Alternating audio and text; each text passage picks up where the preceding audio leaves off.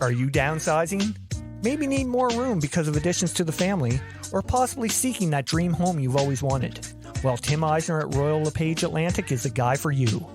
With a proven track record and multiple awards, Tim goes above and beyond to find out your needs and exactly what you're looking for. So if you're seeking a new home or trying to sell your current one, contact Tim at 902-499-5717 or check him out on Facebook at Tim Eisner. Again, that's 902-499-5717. Trust me, when all is said and done, we'll be saying Tim Eisner strikes again.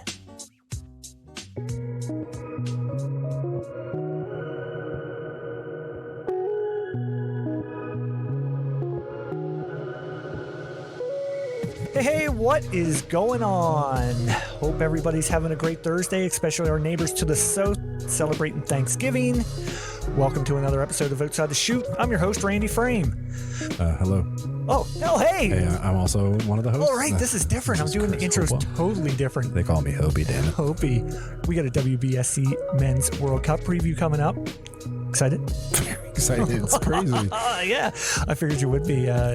Hopey, why don't you going to grab that drink? Yes, I will. Okay, I see you're sitting back. Yep. Are you relaxed? I am.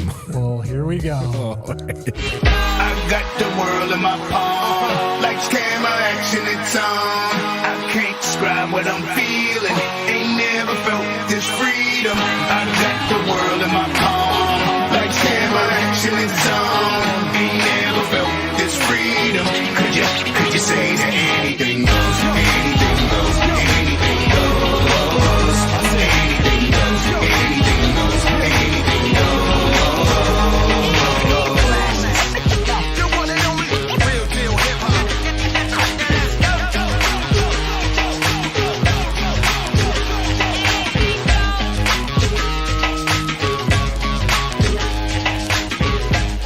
Hey, how's it going? Good intro. Yeah, thanks. I was here for that, by the way. We're not used to that. No. That's totally the element. I enjoy it. Friggin' right. We got a big episode coming up, man. Yes. Fantastic episode. We got Blair Setford coming on. Blair's coming on board. I should have mentioned that in the intro, actually. It's okay. We just did. Yeah. Yeah. We can do this again. But So we're doing it now, and it's coming out tonight. And it's coming out. This is definitely a different one for us. I got a little bit of work after we're done. Yeah, you do. I don't. I've done all my work today, actually. Yeah. Anyway, we could talk about a little bit of other things before we get to Blair. But actually, one thing I wanted to talk about, Yes. which it kind of irks me. This is the second time it's happened. Okay. I sent out a post there last week saying, there wouldn't be an episode on Monday because, whatever, due to something. Yeah. I had another no-show. Really? That's 2 now I've had, all lined up, and then ghosted me and didn't. This wasn't as bad as the first. The first time, about a year and a half ago, I took the afternoon off work. Yeah. And then they she just disappeared. Yeah. And that kind of annoyed me. And then it happened again, which it's frustrating because I put a lot of work into doing the prep work for it. 100%. And, it's just. What the thing is, if you don't want to do it, just we're men, Yeah. we understand. Yeah. If you don't want to do it, if you're nervous to do it, it's totally fine. You just tell us, but don't no-show us. I know, man. It's frustrating. It's extremely frustrating. I'm past it, but at the same time, you put in the work and but anyway, I digress. That's just one thing I had to get off my chest. That's 2 out of how many though that we've done. I know. So it's not terrible, but I do understand what you're saying. Yeah. It's not very respectable, but at the same time, it's, it's not a big deal. No. But if you don't want to do it, please let us know that you don't want to do it. Please. That's the only thing we have to ask for. Actually, this is funny. I sent a message to Marshall Cronk this week. Oh, yeah? He wanted to come on. And he's like, geez, mate, I'm not that good of a talker. I don't think. And I was like, man, totally understand. Oh, there you go. Yeah. Been trying to get Adam and Cleary on forever. So it's okay. I understand. Yeah. I reached out to him and guys that, don't want to. Yeah, if they don't want to do it, you don't want to do it. Exactly. Which unless you really guilt them into it. Yeah. Sorry, Bradley. Yeah, sorry, Bradley. Bradley, you were awesome, by the way. Yeah, that was a funny one. But yeah. Hey, a couple of congratulations to go out. Yeah. First and foremost, congratulations to Jeff Frazier being named Coach of the Year by Softball Canada. Huge accolade. Huge guy for the sport, sorry. Huge friend of ours as well, of course. And couldn't be more proud. The guy is amazing. He's a ball mind. He puts all of his heart and soul into ball. And congratulations, Jeff. We're super proud of you. Yes, sir. And welcome to the club, I guess, Jeff. Because that's right. I actually got it once too. Yeah, I know, man. Yeah, all I could do is win a nationals. Yeah, that's right. Yeah, man, that's awesome though. I mean, I was so happy when I heard that Fraser was getting that. And, he definitely deserved it. Yeah, 100%. I'd like to throw out a shout out as well to Hillary Pinio. Yes, from Softball New Brunswick. Hillary, we were talking with Scott Willis, and he said you are the backbone of what takes place for Softball New Brunswick with all of the organizing and what have you. And hats off to Softball New Brunswick again. We said it last podcast, but you guys are doing a bang up job promoting the sport and recognizing your athletes and umpires and builders and all of the above. And Hillary, congratulations on being named Hillary Pinio Softball Female of the Year on Outside the Chute.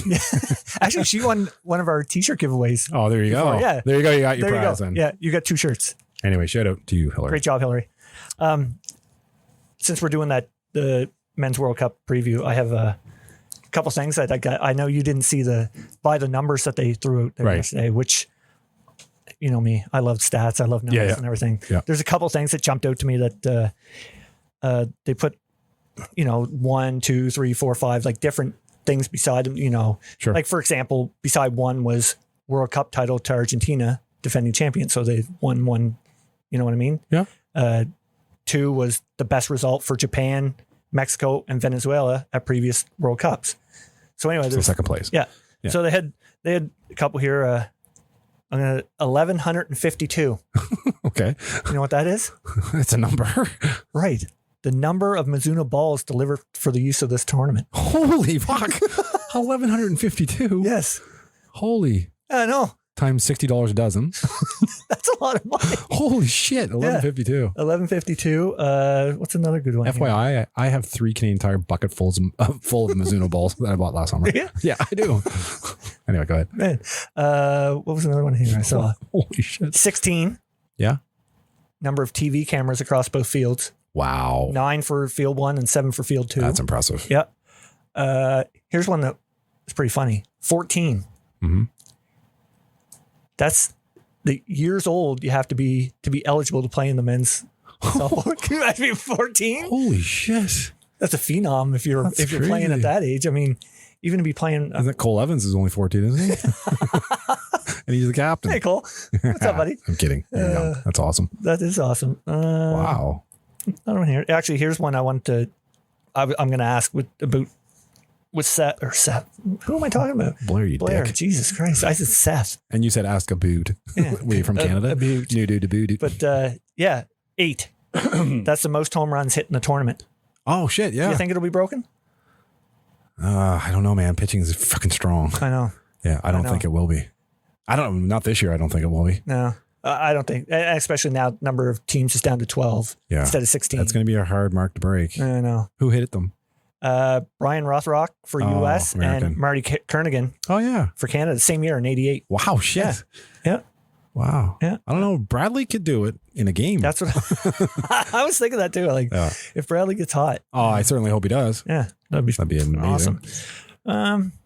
5. That's the weight of the men's softball World Cup trophy in kilograms. Wow. 5 kilograms. What's 5 kilograms in about 12 pounds? Okay, man. I don't know that conversion. I don't really know. I'm just guessing. 4, of course, World Championship titles won by Canada. Yeah. And actually, here's another one that I'm going to touch on with Blair there. 13.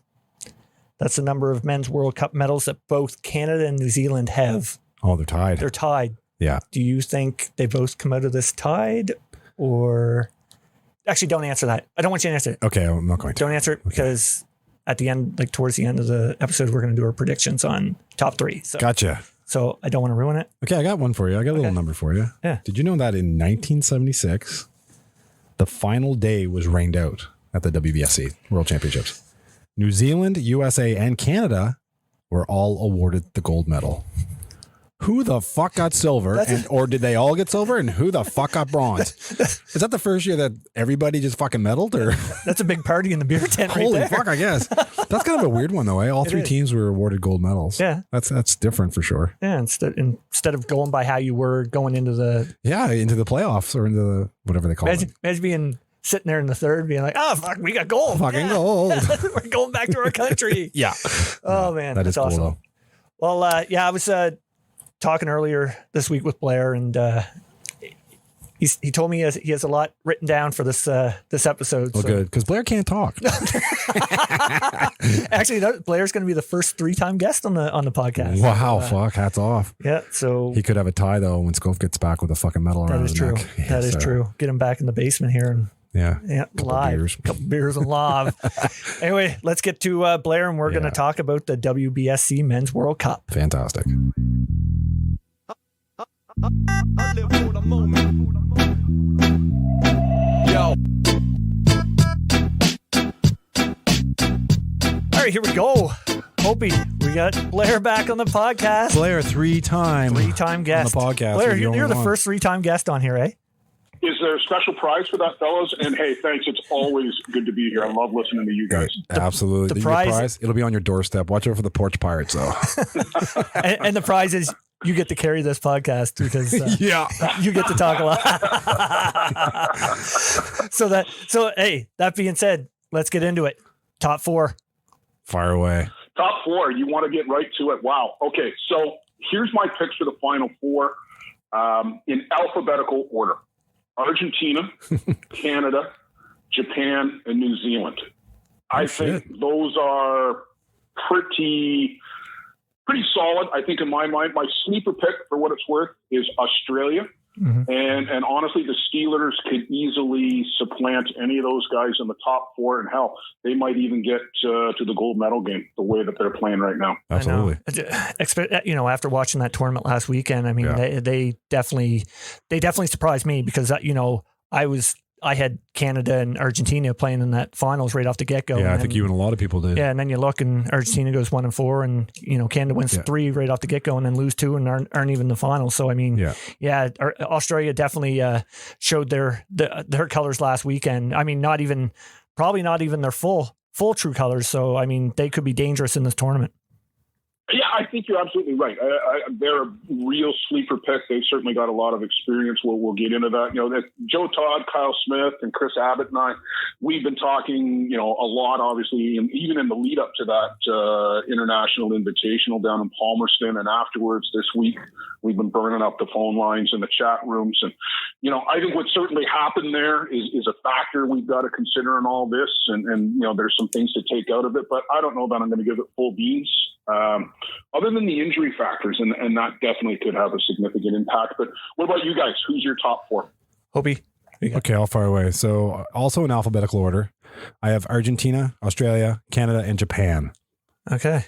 Yeah, so I left New Zealand out of the mix. My biggest thing about watching the tournament in Palmerston was the pitching, and I didn't feel that New Zealand had the same pitching as what Australia, Argentina, and Canada had. Japan surprises the shit out of me. I was just talking to Randy about this just earlier. When I think of Japan and what I've watched in the past, I'm always thinking of those left-handed slap hitters that are like 5'6" and just giver. Honest to God, but those guys were smashing the ball. Like they were hitting the ball legitimate. I think they're going to surprise some people. And Australia, I love Nick Shale so much. Like he's one of my favorites. I just love the guy. I really think that they showed their true colors in the Palmerston tournament too, and they're going to shake some heads. I truly believe it. Mm-hmm. Hobie, Dick, exactly the same as yours. Oh, no way. Yep, that's my... Is that because you're looking at my paper? Yeah, man, I just drew a blank and I was like, no, that's who I have too. But at the same time, I mean, this tournament is so close. Like, you know what I mean? Like, Czech Republic could reel off a few wins, you know what I mean? And get themselves in. But now I got to go with Argentina, Australia, Canada, and Japan as well. No offense to the Kiwis because I love them.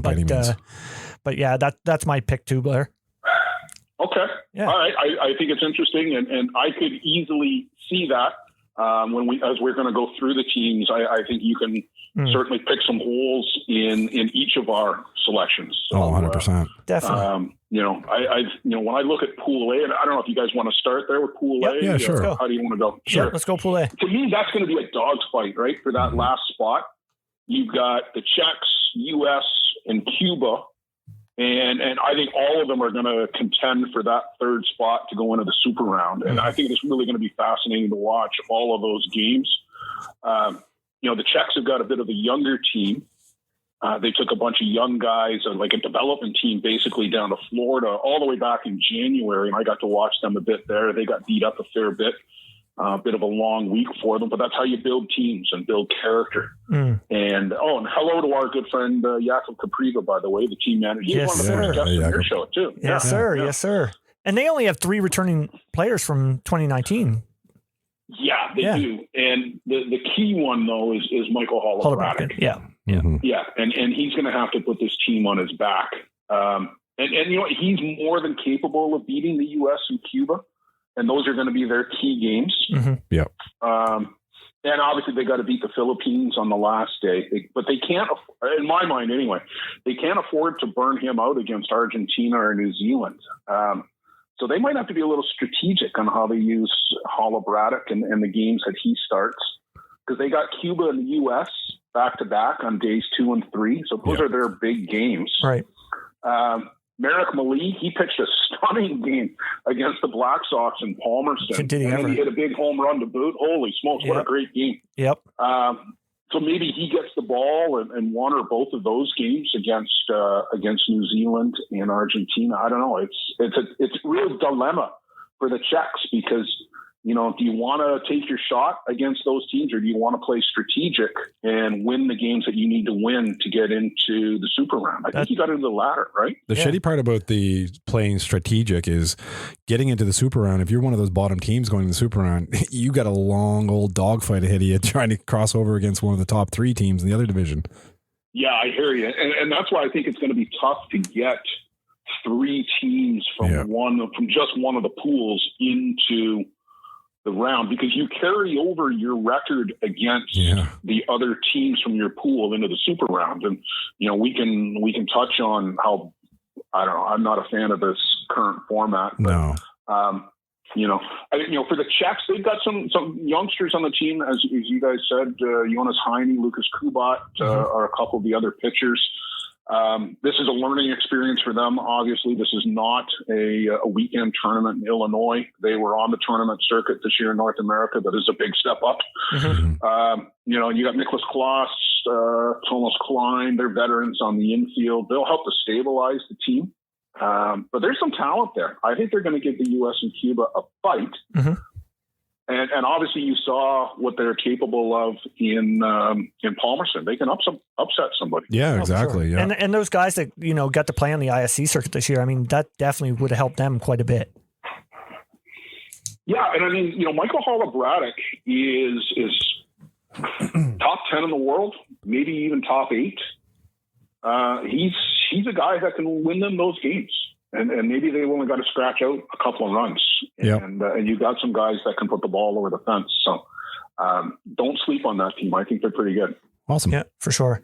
Actually, before we move on, I threw out about an hour ago on Instagram if anybody had any questions to throw something out to us. So I seen a few came through. Actually, okay. Paul there that does the pictures down in New Zealand, he took some fantastic shots. Oh yeah, shout out to Paul. That's awesome. Shout out to Paul. He sent a question in saying, what did we learn from last weekend's tournament with the top 6 teams? So, I mean, something to throw out. Well, we kind of covered it.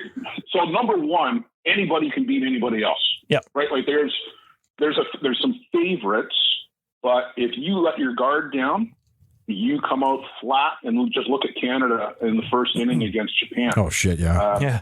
The game could be over before you blink. Yeah. And so anybody can beat anybody else. That's number one. There are a lot of guys who are very good pitchers that don't pitch a lot in North America. Marshall Cronk. Yeah. I knew he was a pitcher because when he came over originally, way back with a team called Winterset A's in Iowa, That's right too. Winterset, yeah. 2010, maybe somewhere in that neighborhood. Randy, you remember those guys? Yep. He was a pitcher, and I mean, and he's always been a hard thrower.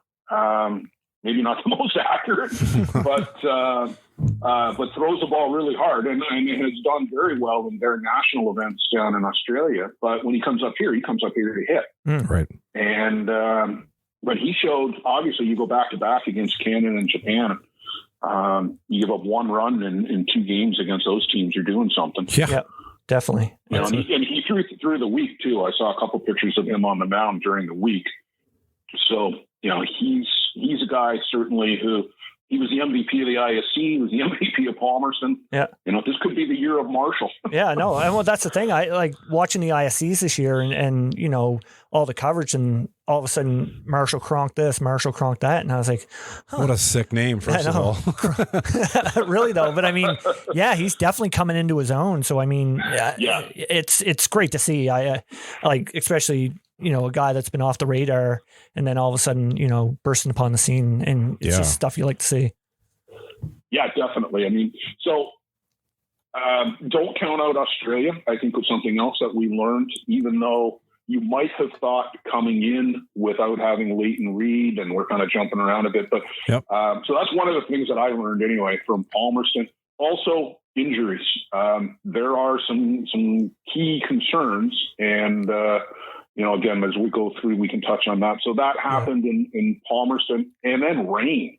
That's right. Is going to be a concern. I was talking to Chopper on Sunday, the day after Palmer. What was our Sunday? His Monday. Yep.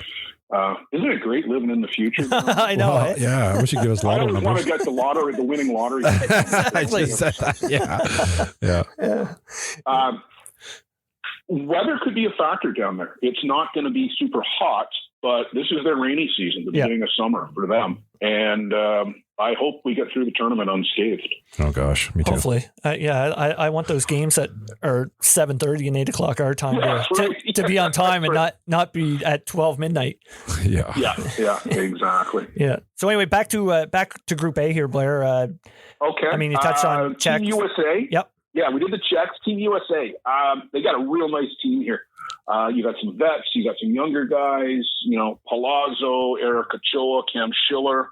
These guys have got plenty of pop. And then Blaine Milheim, Jonathan Lynch, Yusuf Davis. You got speed, top of the bottom in the order with those guys. Tyler Johnson, here's a guy who had a great ISC World Tournament for circle tap, hit the crap out of the ball. But I think this is his first time on the international scene, I think. And obviously that can bring some butterflies. Mm-hmm. You've got a young pitching staff. Brad Kilpatrick will probably be the presumptive ace. And they're all lucky because they're all throwing to Nick Mullins, who's one of the best in the world. Yeah, for sure. You know, John Glisdala, Jerlin Rutt. I mean, those guys shut down Team Canada last night, held them to 1 run in the second game. Mm-hmm. So they're going to be really good. I think, you know, and I think Ron Hackett, coach, he said it on your show a couple of weeks ago, they're probably going to have to do the pitching by committee thing. Yeah, for sure. Yeah. And, you know, that's okay. Hill United won a world tournament doing that in 2021. Yeah, that's right. You know, you give the batters a different look every time through. You force the other team into making adjustments. I really like the U.S. team. I think they're going to be in that super round at very least, and they're going to give teams, including Canada, whom they always play tough. They're going to give them a good run for their money. Yep, no doubt.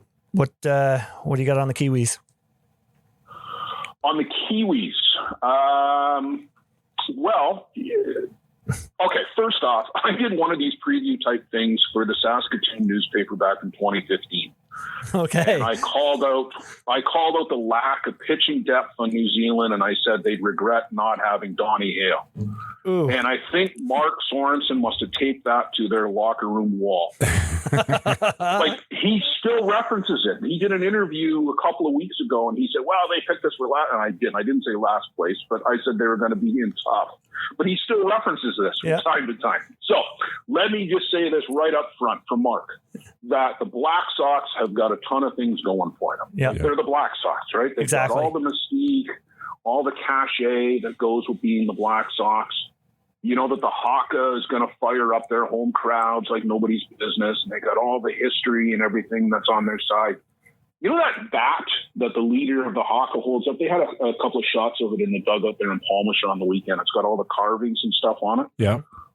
You guys have seen that? I did, yeah. asked Brad Rona about that, and he said every player that's ever played for the Black Sox has touched that bat.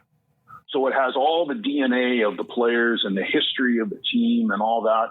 Wow. And all the current players feel that energy, and they feed off that energy with that bat. That's awesome. Haka. That's amazing. Yeah.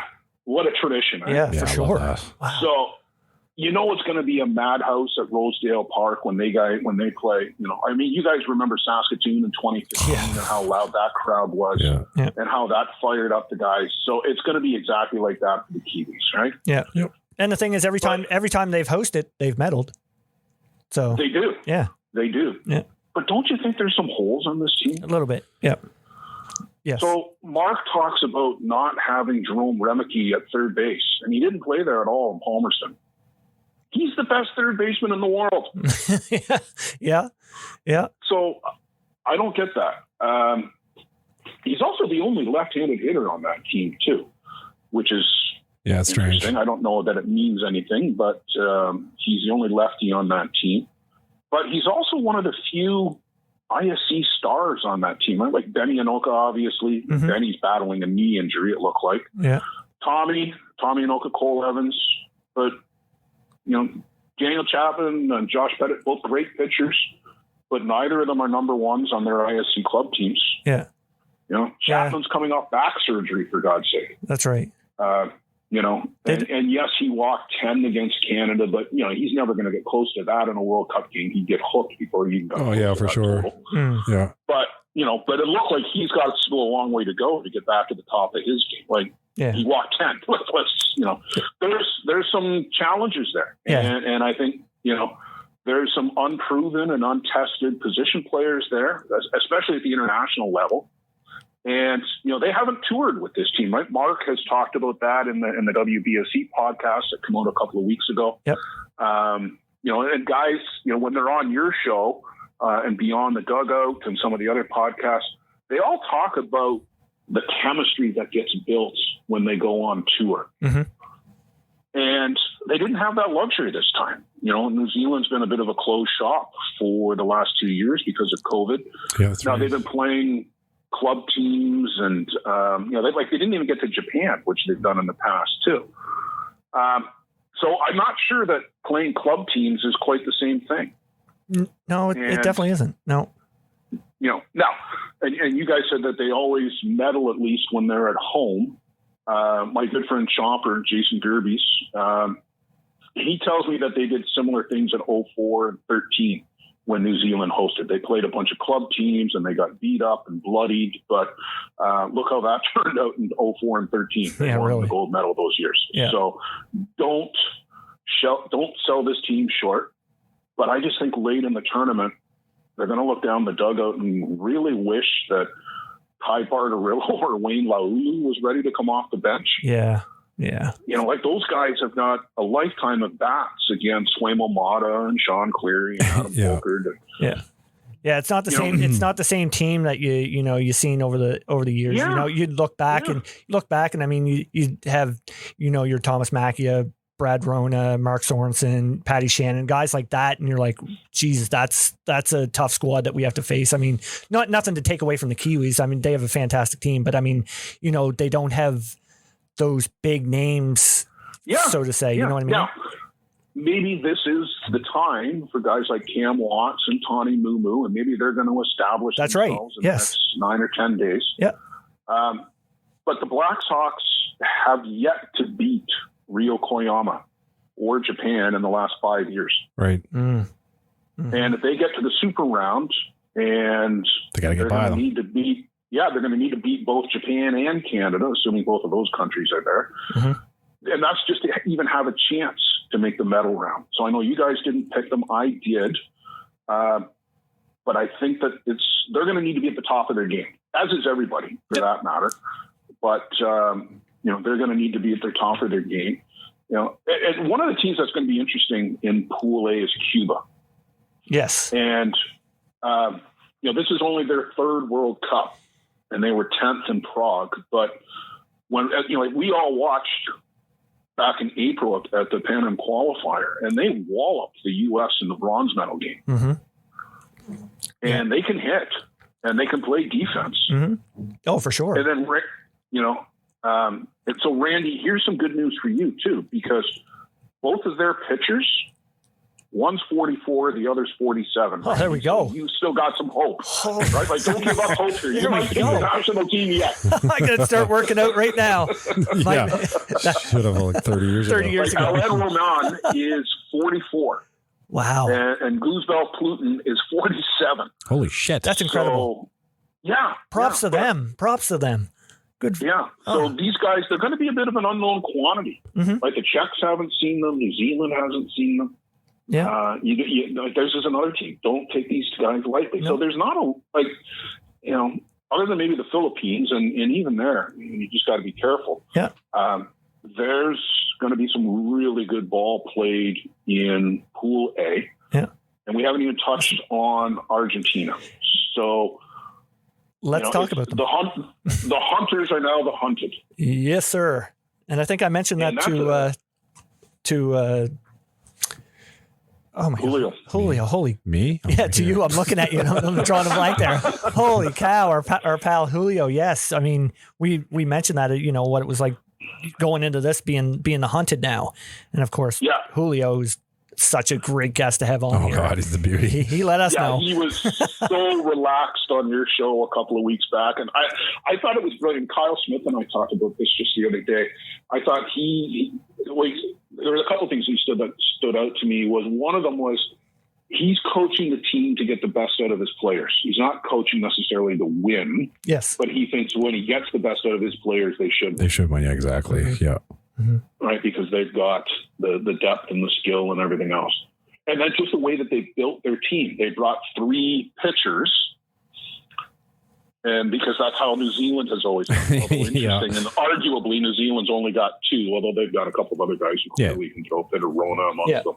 But I thought he said, some really interesting things aside from 120 hours of travel to get to, to get to New Zealand. But they've been playing club teams. They've been playing national teams. They played Denmark a couple of days back.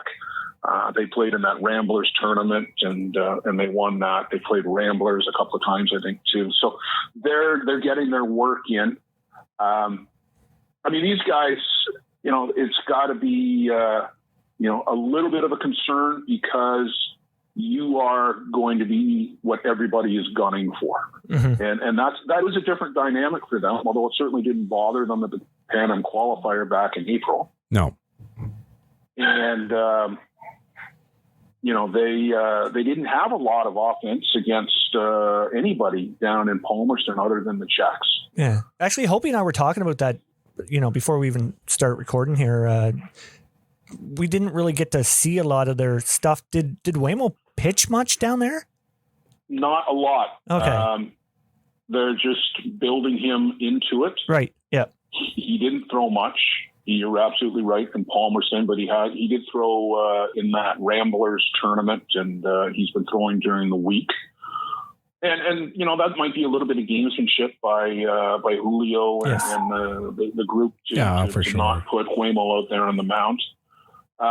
But he's the guy, right? He's the best pitcher in the world now. I don't think there's any question about that. No. He's got all the big trophies right now. ISC, WBSC, Pan Am Games, Pan Am Qualifier. That doesn't get much better than that. Although it's funny, he hasn't won the Argentina national championship, which is that's crazy, humorous. But, that'd be like Sean Cleary not winning the St. John Senior League. Yeah, exactly. But I'm sure he'll win one more or win a couple of those over the years that are coming. These guys are stacked, right? You look at their outfield to start with, and you've got Nico Carrillo, Teo Migliavaca, Mariano Montero, Alan Pecker. They're stacked. Yeah. You go around the horn in the infield, Manny Godoy, Ladislav Malorczuk, Eddie Eater, John Cialacomo, Gonzo Ojeda.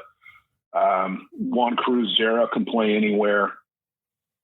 These guys are stacked. And then don't forget, Mata and Roman Godoy can hit. That's right, too. You know, now here's a problem for them. I'm told Bruno Matroni is hurt. Oh. He pulled a groin or suffered some kind of groin injury in one of the exhibition games prior to Palmerston. He didn't play at all last weekend. Right. And that is a huge concern. That's a massive concern. Yeah. Like, not only is he going to catch, 4 or 5 round robin games, he's also going to be the 4-hitter. Yeah. And now I'm told that he may not catch at least in the round robin at all. But they are expecting him to be able to hit. Well, I guess if you can get anything, that's a good. I guess that's one thing that's good. It is. Yeah. It is. Now, Zera is more than adequate behind the dish. Yeah. He's Waymo's catcher all summer long here in North America. But if Bruno is only the DH or worse, if he can't go at all, that's a huge blow. And to me, that changes. That changes a bunch of things when you start thinking about the super round and the medal round. Oh, absolutely. Even if he is DH, and if he, pokes something to the gap, is he going to try and can he leg it out? Yeah, right? That's the thing. That's something to definitely watch for sure. That's how you turn a triple into a double. Yep. Well, we've all done that. I've done that many times. I have done that my entire life, I think. Yeah. Well, no, maybe not when I was a little younger. In men's ball. Yeah. Well, let's move on to. These guys. Okay. Oh, sorry. Go ahead. No, go ahead. If you have something else on Argentina. Well, I was just going to say, listen, Julio's been a little guilty of overcoaching from time to time, certainly in 2015. But I think they've sorted that out. They've obviously proven that they know how to win. Mm-hmm. And these guys could win 2 or 3 more, too. This is not an older team. No, they're built right now. Talking about this being his last, but Zera looks like he's set to step in behind the plate.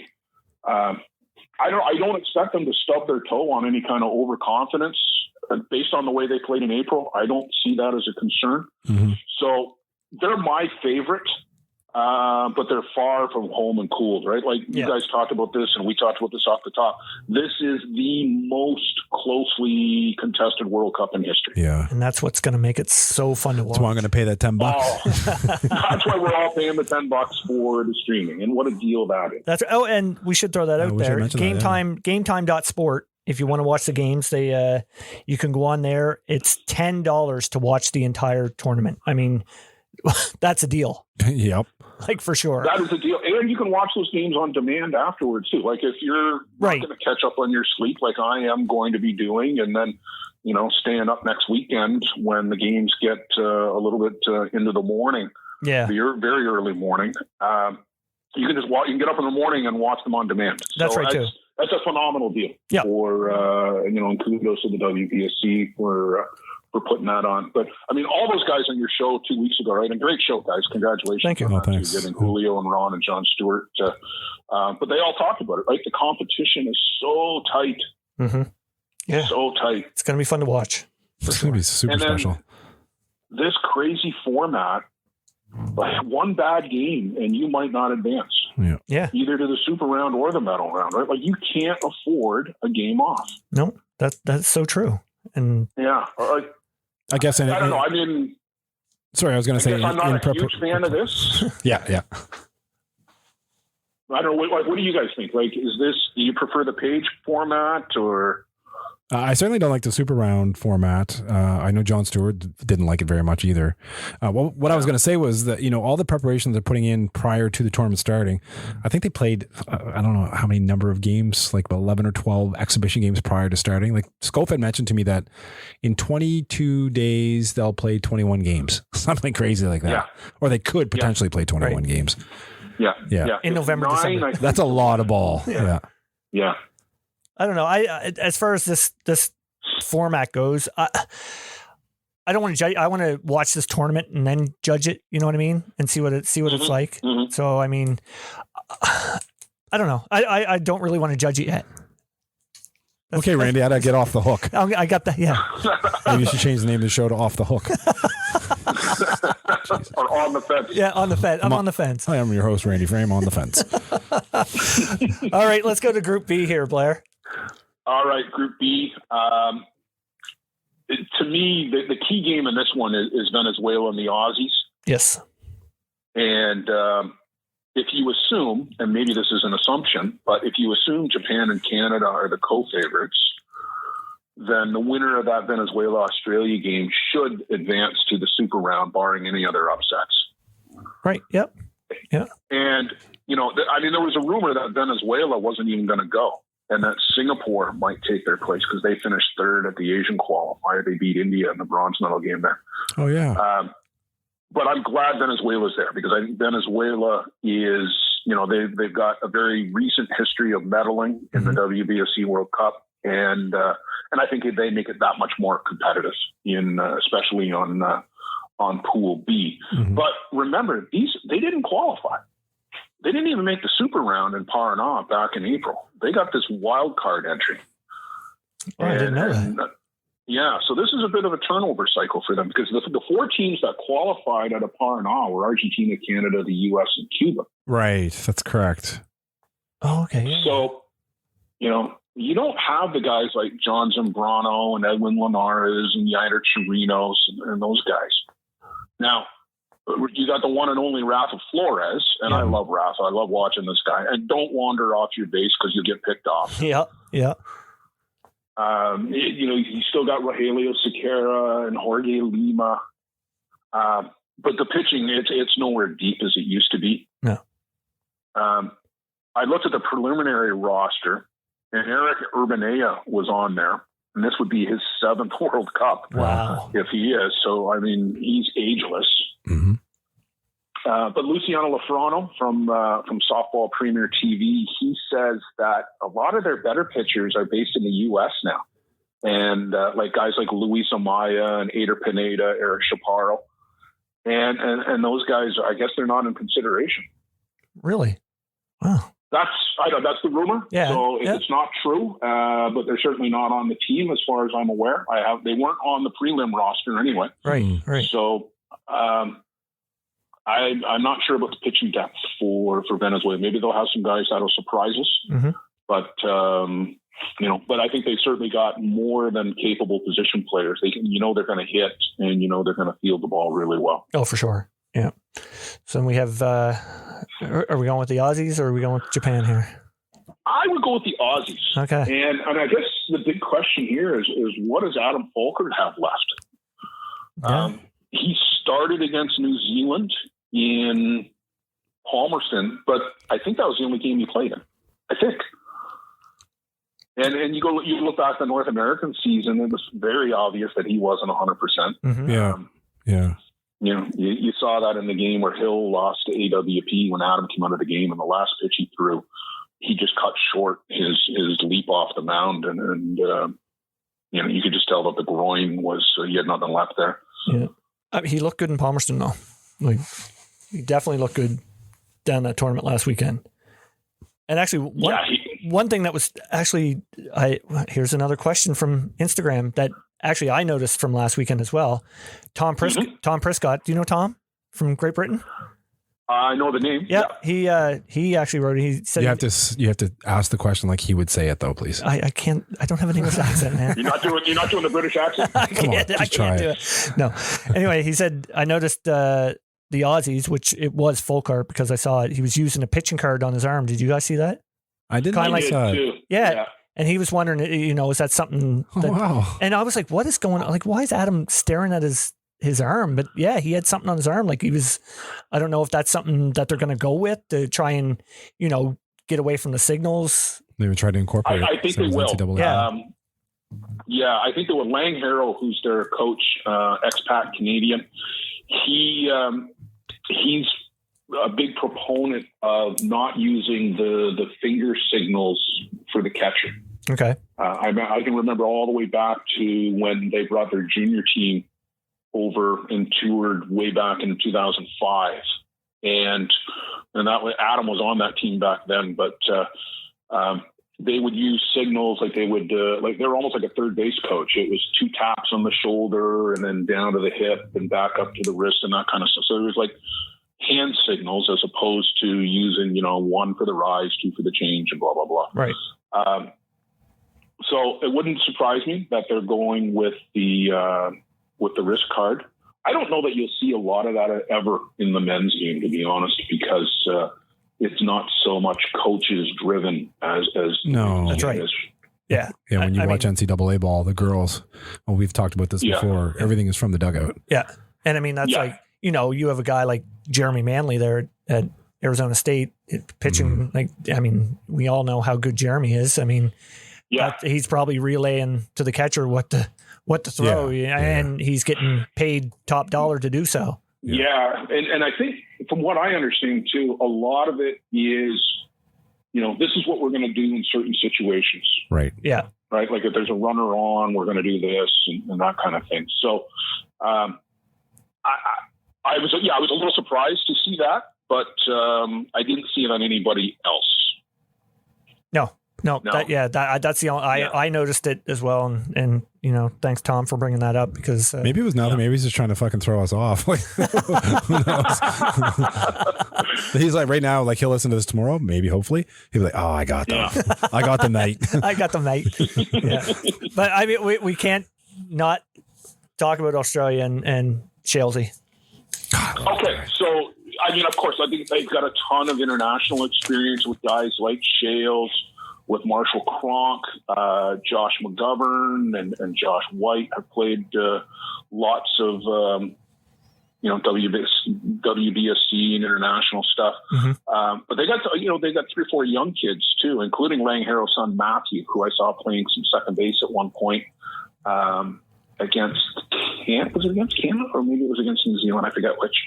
But I think they're going to miss guys like Zenon Winters and Andrew Kirkpatrick. Of course, Andrew Kirkpatrick. Jeez, holy cow. Yeah, it's huge. Yeah. Yes. Now, I think a guy they're definitely going to miss is Leighton Reed. Yes, absolutely. Who had to withdraw, and he was replaced by J.C. Liu, who he's had some success in their national championships. The kid I'm waiting to see is Jack Besgrove. Okay, yeah. He's still a teenager. He is a big left-handed kid, apparently throws gas.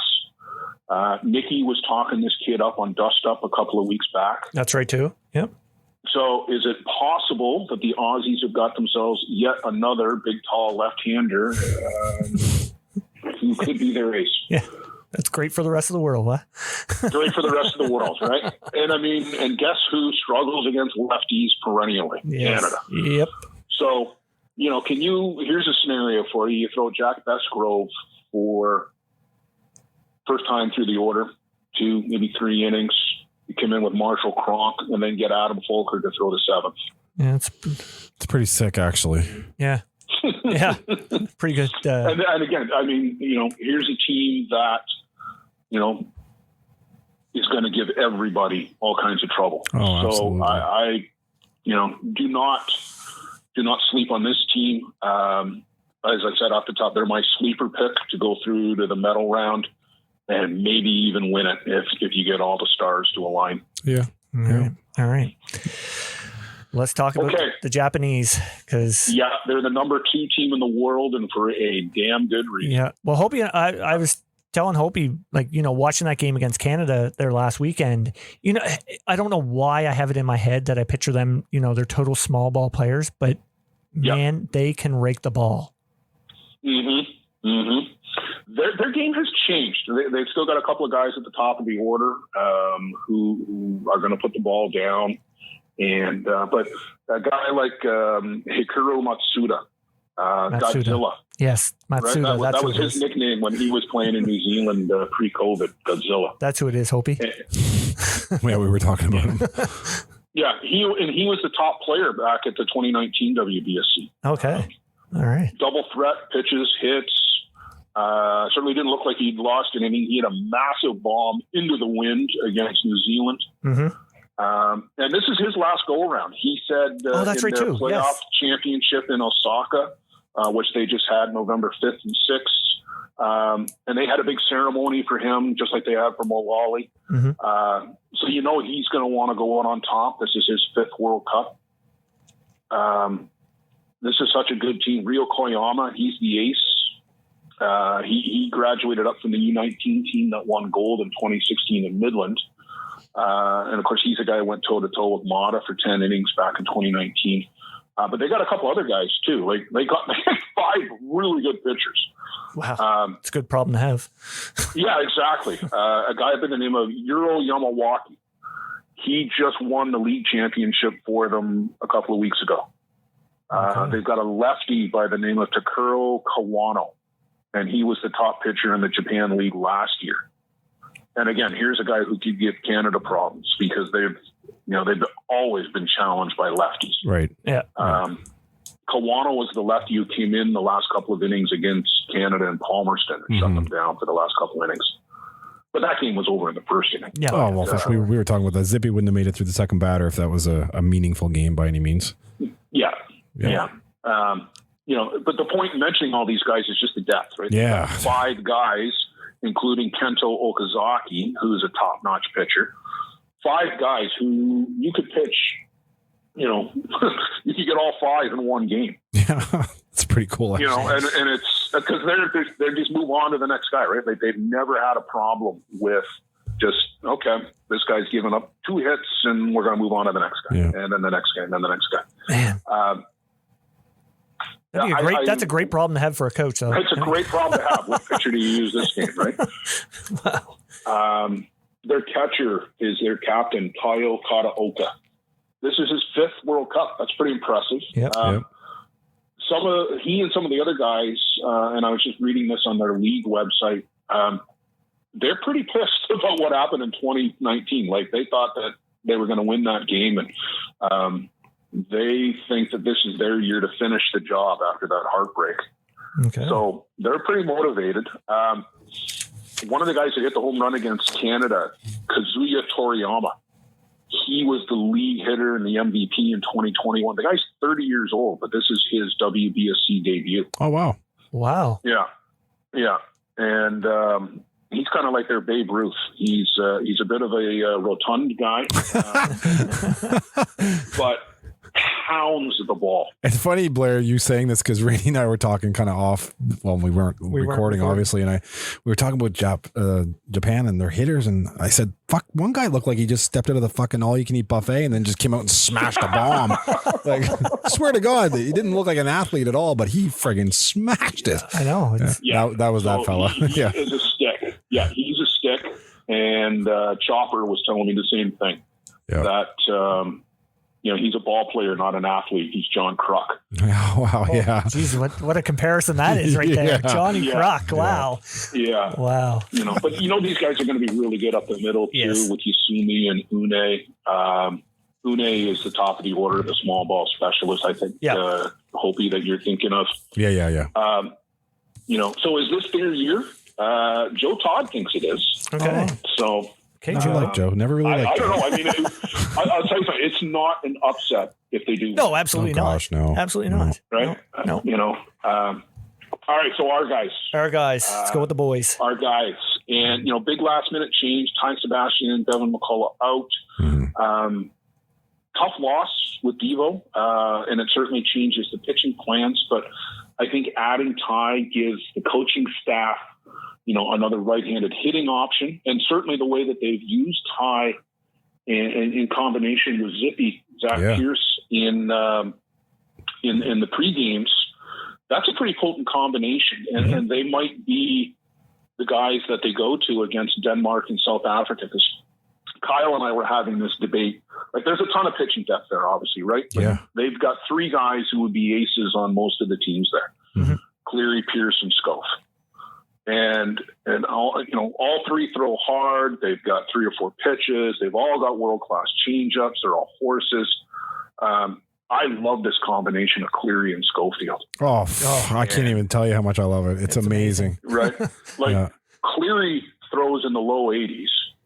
But Scove, I don't know what you guys have been feeding him down there, but he's found another gear. Yeah, I'll tell you, Blair. He's only got to go for 2 innings. Yeah.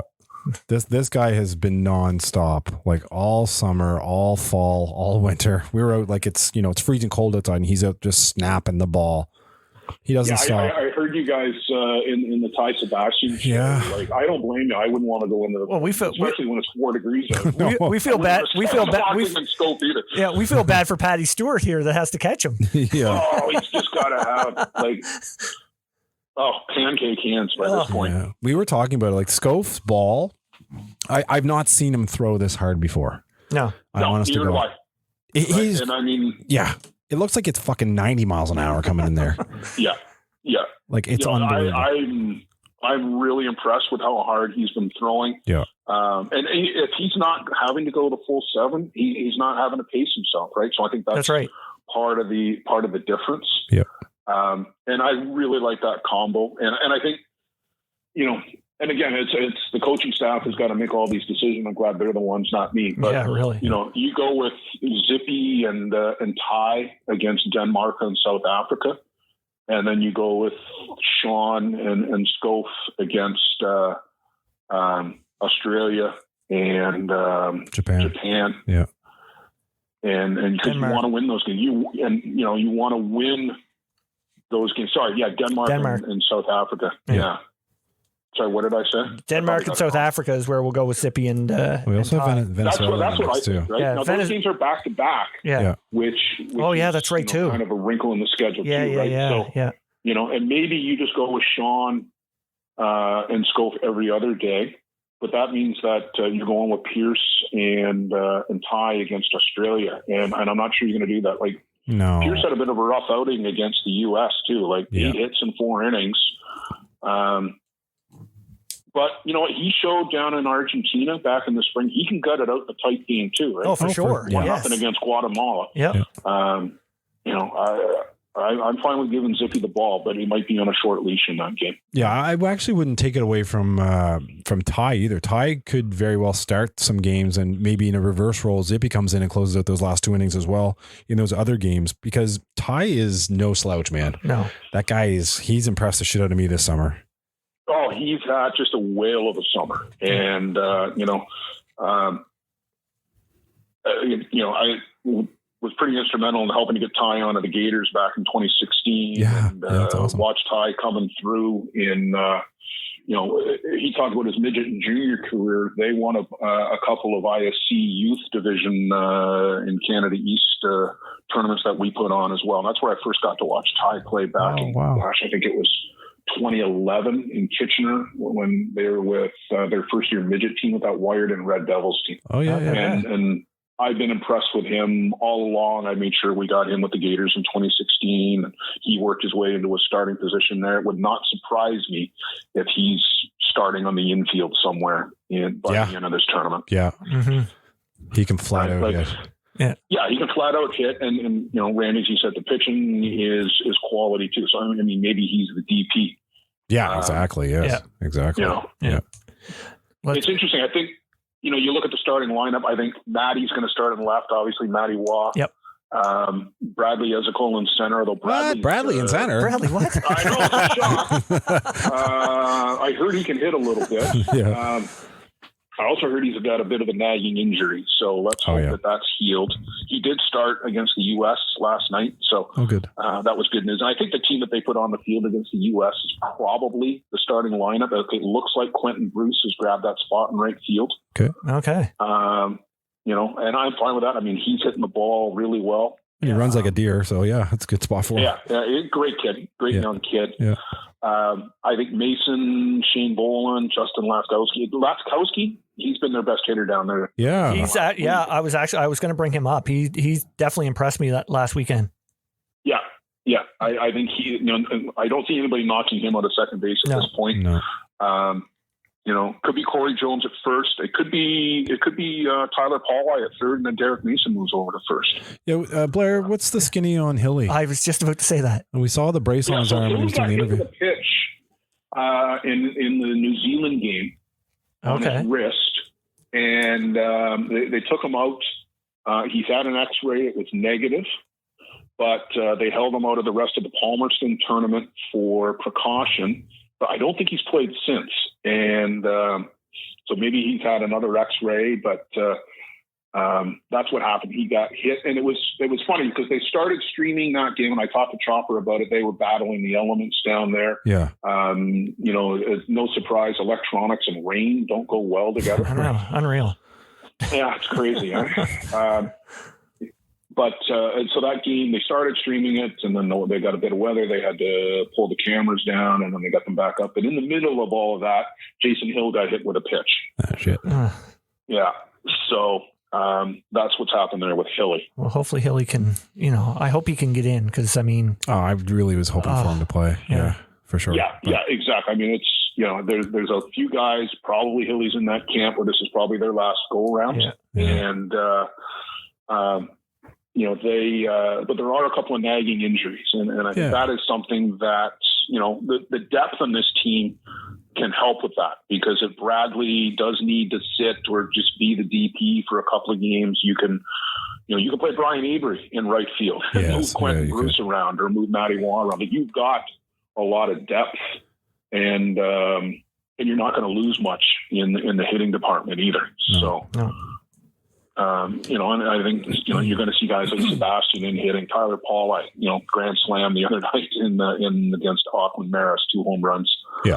So, guys that come off the bench can still hit, and there's really no drop off there. No, that's and right. you can't say that about all of the other teams. No, that's right. There are some drop offs. Yeah. It's funny too, and I don't know the impact of this. And we mentioned the weather about the rain. I don't think it's going to be blazing hot. Joe Todd has probably checked the weather forecast for Auckland. I haven't, but I still have Palmerston on my app. Oh, do you? Yeah. Okay. Canada doesn't have any night games in the round robin.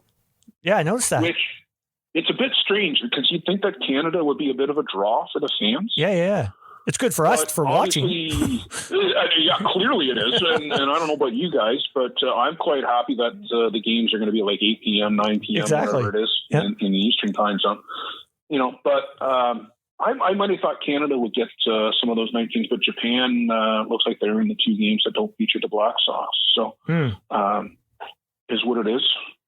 That's right. I hope he's got the weather up there right now. Forecast highs of like 19 would be the highest temperature is getting down there. Right. That's pretty great. Like this is just the start of their summer. So yeah, that's right.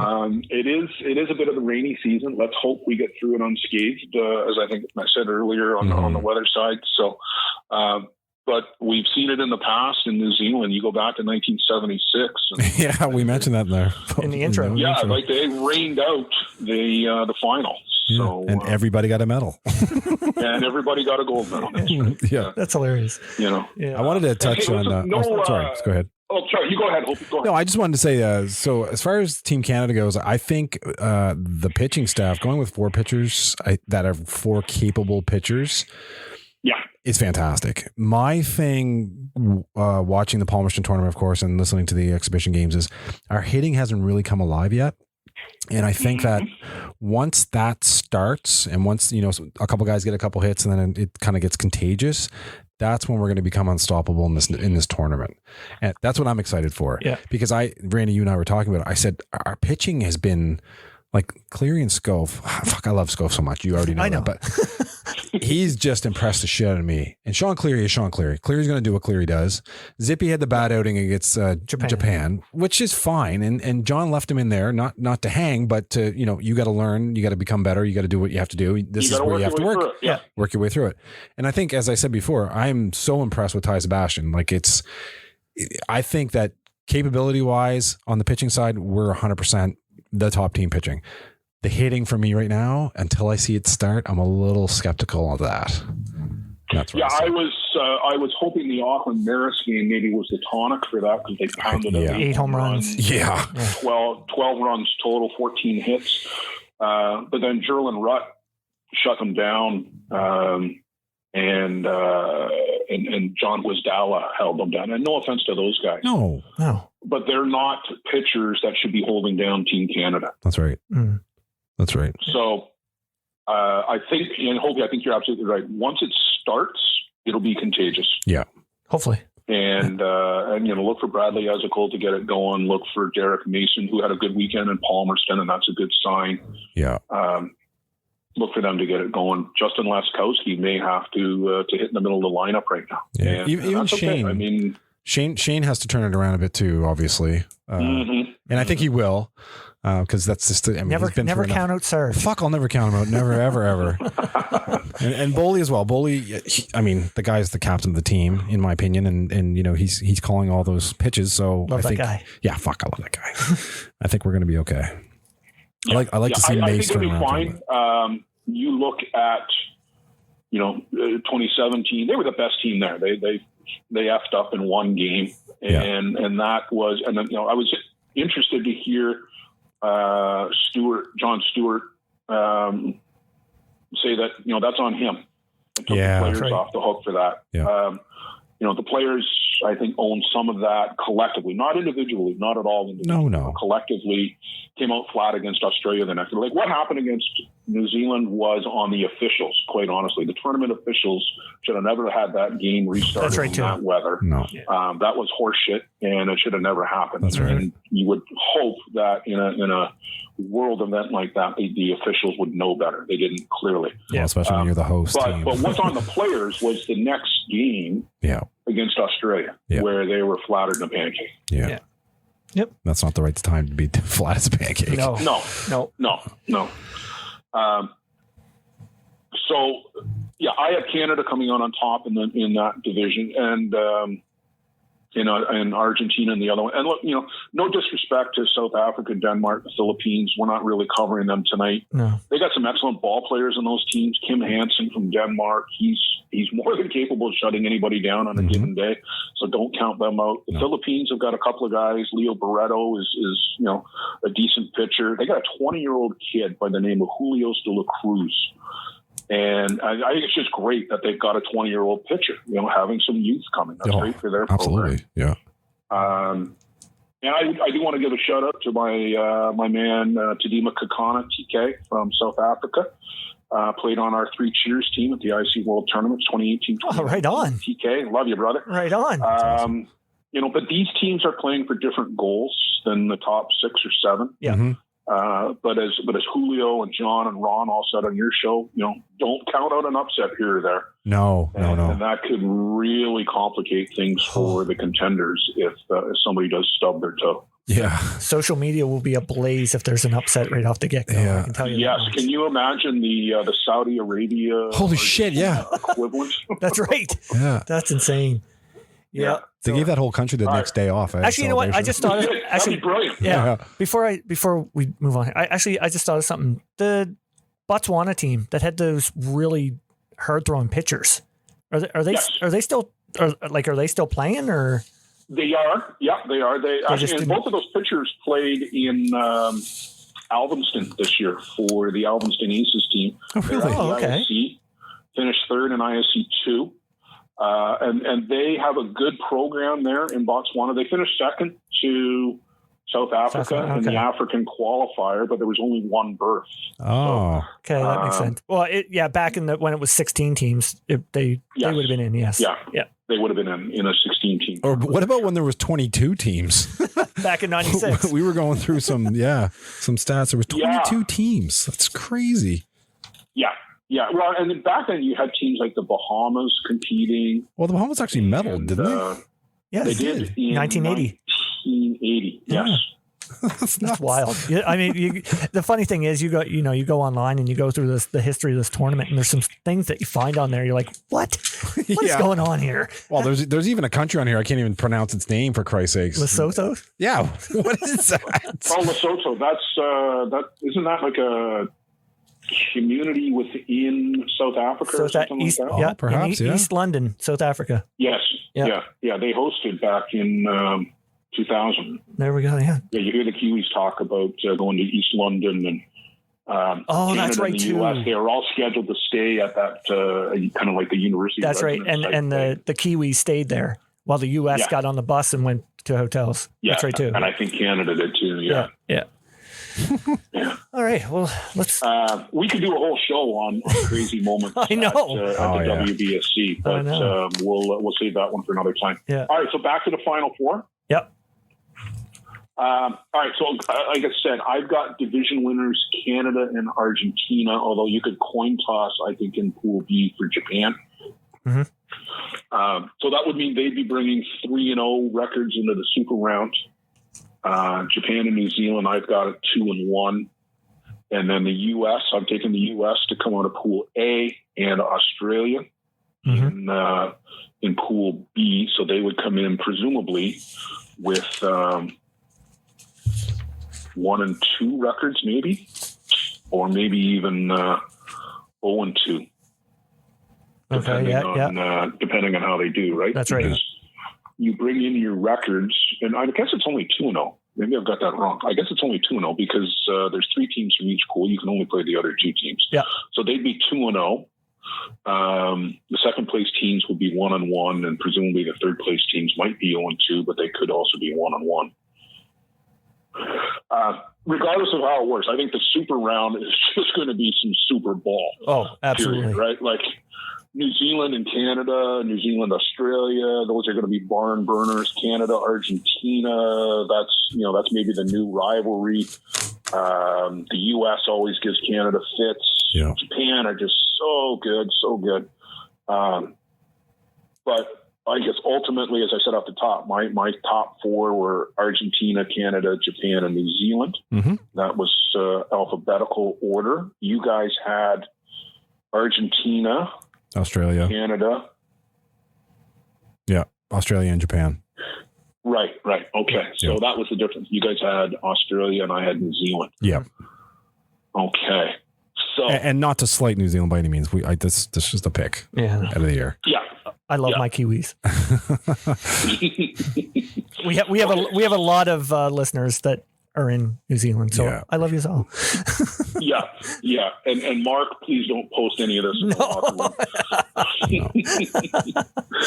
So all right. So final order of finish. Who wants to go first? Well, I've already kind of dreamt this out, but I'll definitely go first. So I'm picking. All right. Drum roll. I'm picking a Canada-Argentina final. Mm-hmm. I'm actually going to tell you how I think it ends too. I'm going with a 3-1 Canada win, and Justin Schofield gets the last 6 outs of the game. He's going to be on the mound. Brilliant. He's going to be on the mound when we win, and they're going to charge on the mound to get him. That's my man.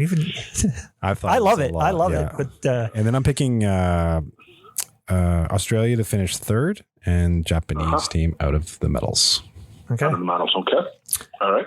That's my pick. I have Canada beating Argentina in the finals, with Japan winning bronze and Australia finished 4th. I can't elaborate on that because I told you I've talked to Jeff Frazier about this a lot. After you just said that, I'm like, I don't know how it's going to finish now, but I'll take that. Yeah. Okay. I've been debating this with Joe and Kyle and Chris and Chopper.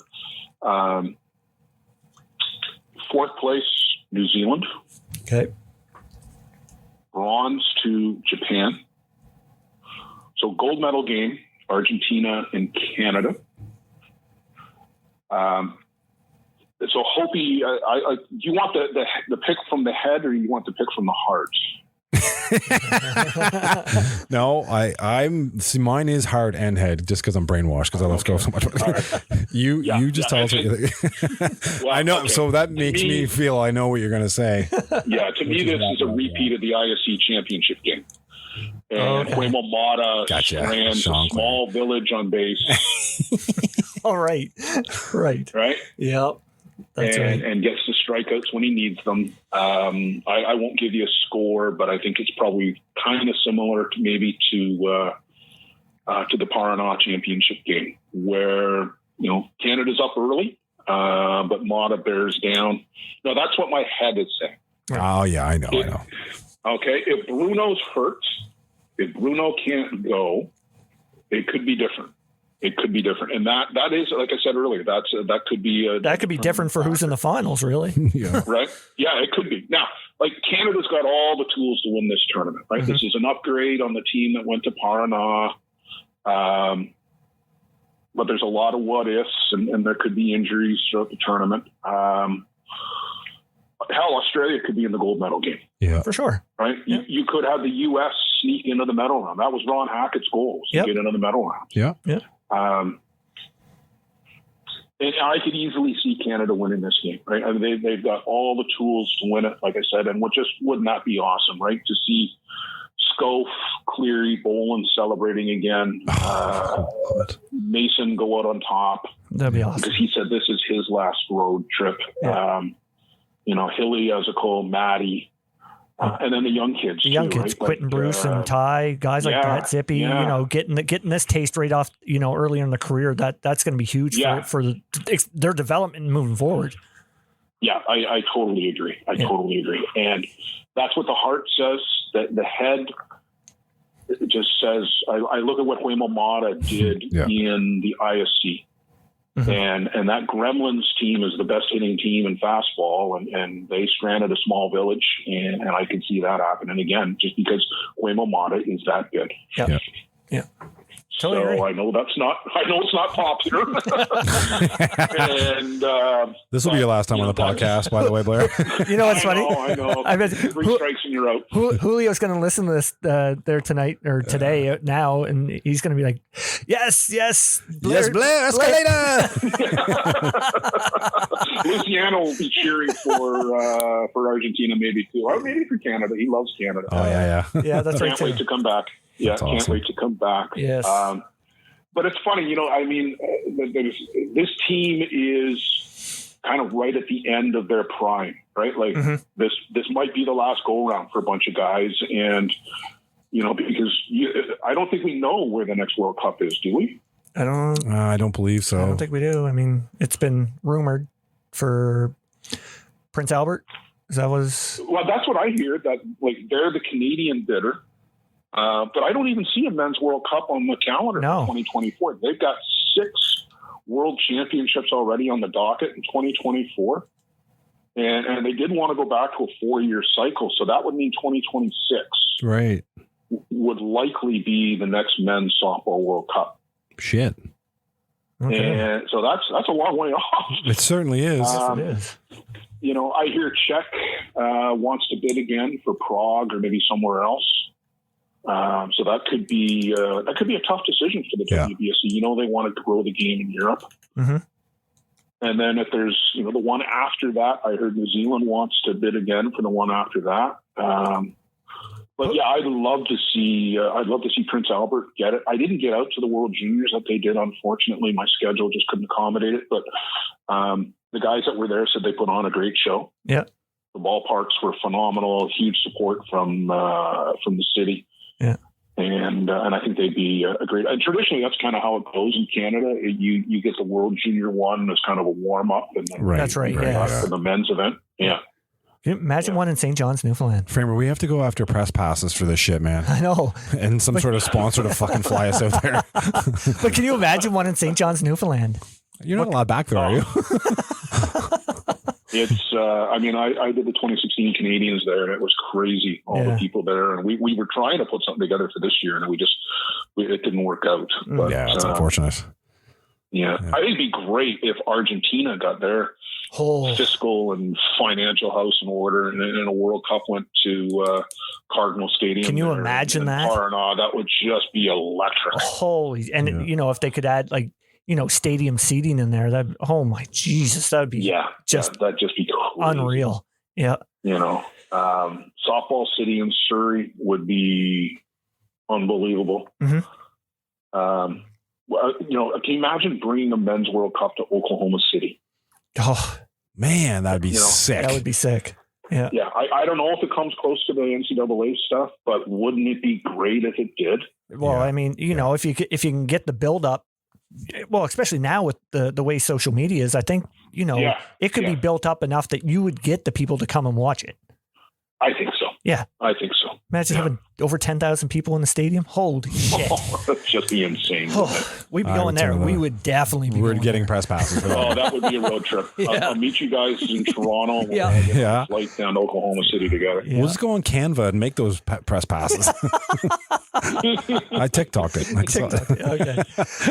All right, Blair. Well, listen, we got to get going here. I got to edit this thing so we can get it up.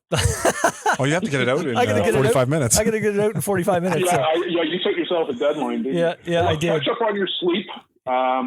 Canada's opener is Friday at 8 p.m. Against Venezuela.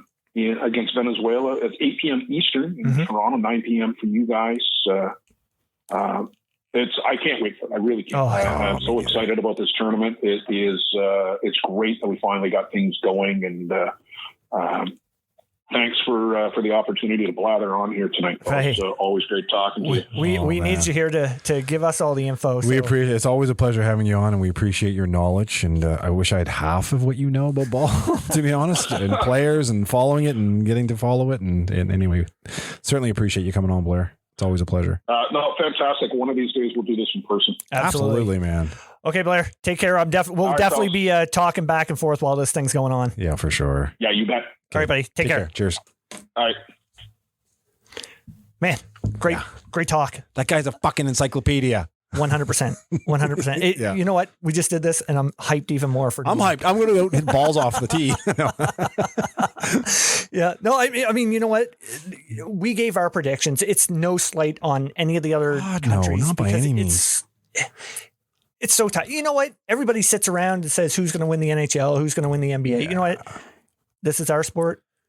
We know a little bit about it. We're just picking. Yeah. I mean, we have friends on all the teams. But absolutely. Hey, we're just throwing our 2 cents out there, and we wish everybody could win.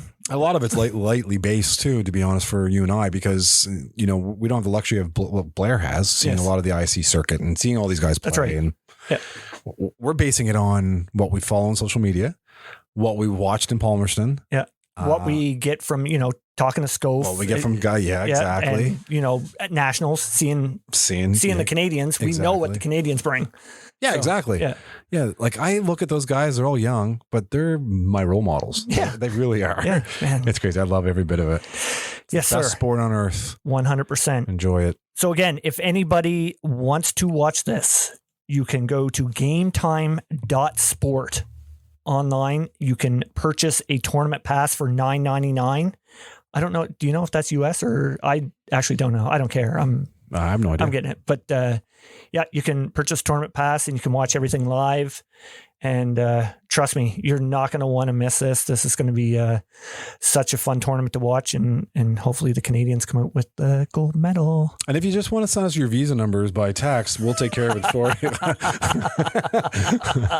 It'll help pay for our press passes. Yeah. So again, any of the boys that are at the tournament down in New Zealand, listen to this today. All the best. Wish you guys nothing but the best. Hope everybody comes away injury free. That's the main thing. And man, have fun, boys. Yeah. Stay healthy. Have a ton of fun. And we wish we were there watching you guys. Best of luck. Press passes. Press passes. All right, guys. Best of luck to everyone. Take care. Classified. Pick it up, yeah. Pick it up, pick it up. Pick it up, pick it up. Nah, we ain't slowing down. Pick it up, yeah. Let's play a game, call a monkey in the middle. Married to the game, but I ain't scared to make a single. This right here got you feeling like a nympho. About the climax with your face all in a pillow. It's a grand slam home run. Early morning tee off, sinking a hole in one. 1-1, the underdog, but I'm winning it. Club closed, but the ticket DJ keeps spinning it. Oh, I can't stop this feeling that I come across. Moonwalking on water like the sun of God. Then I'm ghost. Busters, who you gonna call? Feels like Christmas when I'm sipping on that rum and all.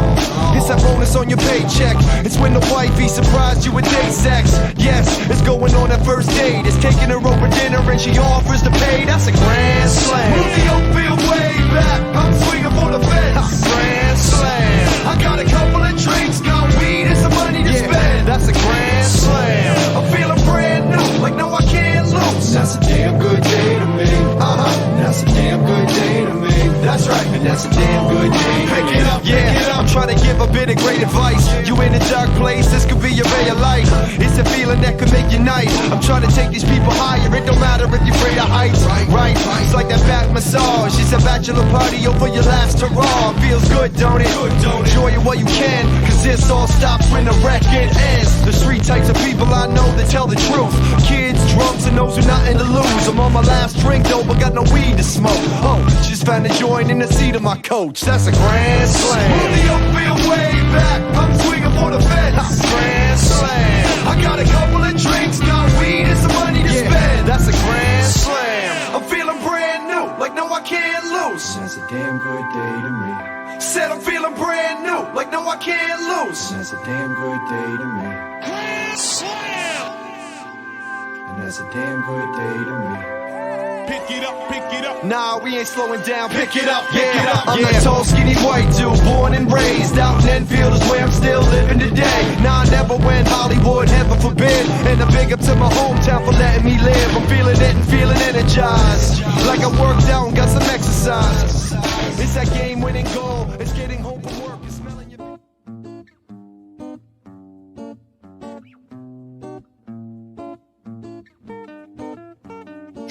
Are you downsizing? Maybe need more room because of additions to the family, or possibly seeking that dream home you've always wanted? Well, Tim Eisner at Royal LePage Atlantic is the guy for you.